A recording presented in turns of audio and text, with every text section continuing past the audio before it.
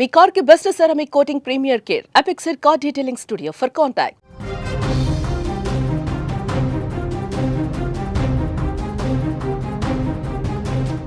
మరో breaking news చూస్తూ ఉన్నాం. కృష్ణా జిల్లాలో ఘోర ప్రమాదం చోటు చేసుకుంది. అతివేగంతో వచ్చి కారు బోల్తా కొట్టింది.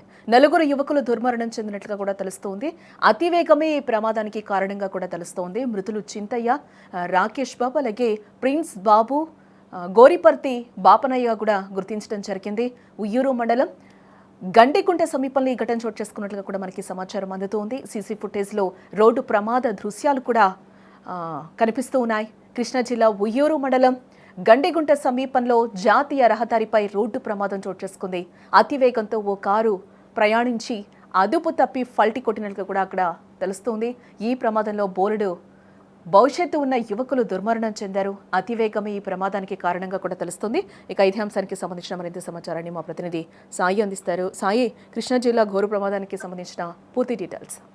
దానికి యాక్చువల్గా అతివేగం కన్నా వీళ్ళ నిర్లక్ష్యం అనేది చెప్పుకోవచ్చు. ఎందుకంటే వీళ్ళు సరదా కోసమని నైట్ రైడ్ కి వెళ్ళినట్టుగా కూడా పోలీసులు చెప్తున్నారు. అంటే పర్టికులర్ గా వీళ్ళు ఒక ప్లేస్ నుంచి ఒక ప్లేస్ కి వెళ్ళడానికి ఏమి వీళ్ళు డ్రైవింగ్ లేడు, కేవలం హైవే ఖాళీగా ఉంటుంది. ఆ హైవే ఖాళీగా ఉంది కాబట్టి కారు తీసుకుని అతివేగంగా వెళ్ళినట్టుగా కూడా పోలీసులు గమనిస్తున్నారు. వీళ్ళు నలుగురు కూడా విజయవాడ మొగలాజపురానికి చెందిన వాళ్ళే. అందులో కుందూరు సంబంధించిన ఒక యువకుడు ఉంటే మిగతా ముగ్గురు కూడా మొగలాజపురం చెందిన వాళ్ళే. వాళ్ళు కారు తీసుకుని హైవే ఎక్కారు. సో ఇది విజయవాడ మచిలీపట్నం హైవే. బేసిక్ గా రాత్రి సమయంలో ఆ హైవే అంత వెహికల్స్ ఎక్కువ రావు.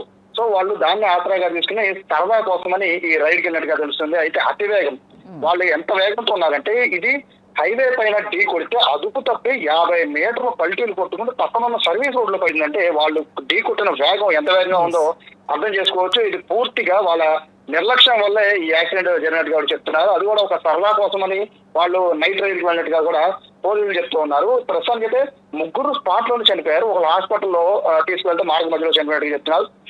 ఎయిర్ బ్యాగ్స్ కూడా ఓపెన్ అయ్యాయి. ఓపెన్ అయినా కూడా వాళ్ళు బతకలేదు. అంటే వాళ్ళు ఢీ కొట్టిన వేగం ఎంత వేగంగా ఉందో కూడా అర్థం చేసుకోవచ్చు. ఇంకా అదృష్టం ఏంటంటే, అంటే ఘటన బాధాకరమైనప్పటికీ ఇందులో అదృష్టం ఏంటంటే ఆ టైంలో రాత్రి 1:30 సమయంలో పక్కన ఏ వెహికల్స్ రాకపోవడం నిజంగా అదృష్టం. లేకపోతే వీళ్ళు ఢీ కొట్టిన వేగానికి ఇంకా మరింత మంది ప్రాణాలు పోయే అవకాశం కూడా ఉండేది. సో ప్రస్తుతానికి అయితే వీళ్ళకి సంబంధించిన పోస్ట్ మార్టం అయితే ప్రస్తుతం జరుగుతుంది. ఉయ్యూరు సిఐ రామారావు అయితే మొత్తం ఘటనా స్థలాన్ని పరిశీలించారు. ప్రస్తుతానికి అయితే దానికి సంబంధించిన కేసు కూడా నమోదు చేసి దర్యాప్తు అయితే చేస్తున్నారు. జానకి, ఎస్, అంటే సాయి, కుటుంబ సభ్యులు ఎవరైతే ఉన్నారో వారు ఏమైనా స్పందించడం జరిగిందా ఈ ఇష్యూకి సంబంధించి? పేరెంట్స్ ఏమంటూ ఉన్నారు? ఈ యువకులకి సంబంధించి కూడా కారు ఎవరు తీసుకొచ్చారు, వాళ్ళు ఎన్ని గంటల టైంలో బయటకు రావడం జరిగింది, ఇవేమైనా బయటకు వచ్చాయి ఆ విషయాలు?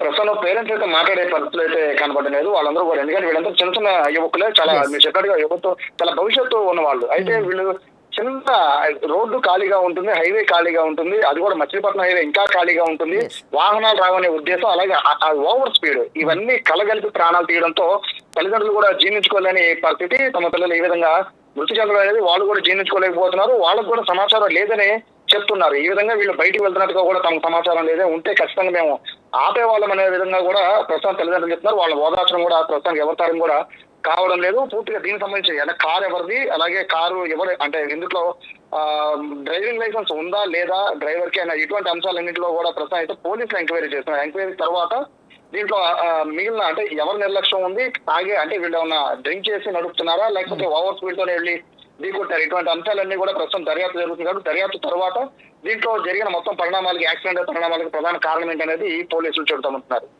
Right Sai, thanks for the update. Yes, మొత్తంగా అయితే మనం చూడొచ్చు ఇక్కడ ఒక నిర్లక్ష్యం కనిపిస్తూ ఉంది. ఈ యాక్సిడెంట్లో హైవే మీద ఎవ్వరూ లేరు కాబట్టి ఇష్టం వచ్చినట్టు డ్రైవ్ చేయొచ్చు అనేది అయితే ఇక్కడ అతివేగం కూడా ఇక్కడ ఈ ప్రమాదానికి కారణంగా కూడా తెలుస్తోంది. ఈ మధ్యకాలంలో ఆంధ్రప్రదేశ్లో వరుసగా రోడ్డు ప్రమాదాలు చోటు చేసుకుంటూ ఉన్నాయి. ఒకంత భయాందోళన కూడా కలిగిస్తున్నాయని చెప్పుకోవచ్చు. ప్రతిరోజు ఏదో ఒకటో రెండు చోట్ల ఈ ప్రమాదాలు జరుగుతూ ఉన్నాయి. కొంతమంది మృతి చెందిన ఘటనలు కూడా వెలుగు చూస్తూనే ఉన్నాయి. ఈ నేపథ్యంలోనే యువకులు నలుగురు కూడా అతివేగం, నిర్లక్ష్యం కారణంగా కూడా ఈరోజు ఆ యువకులు చనిపోయినట్టుగా కూడా కనిపిస్తూ ఉంది. విజయవాడ ఉయ్యూరు సమీపంలో జరిగిన రోడ్డు ప్రమాదంలో నలుగురు కూడా మృతి చెందినట్లుగా మనకి సమాచారం అందుతోంది. ఐడియా ఉందా? పేరేమన్నా బాబుది? మా తమ్ముడు కొడుకే. మీ తమ్ముడు గారు అబ్బాయి? వయసు ఎంత ఉండదన్న? వయసు 16 ఏం చదువుతున్నాడు అన్న? చదువుకోవట్లేదు, ఇంటికాడ గేదెలు ఉన్నాయి సార్, 10-15 గేదెలు ఉన్నాయి. ఆ పాలకే మా తమ్ముడు లెక్క పడతాడు, ఆ పాలు ఇచ్చి వస్తాడు, ఎల్లం ఇచ్చి వస్తాడు అంతే.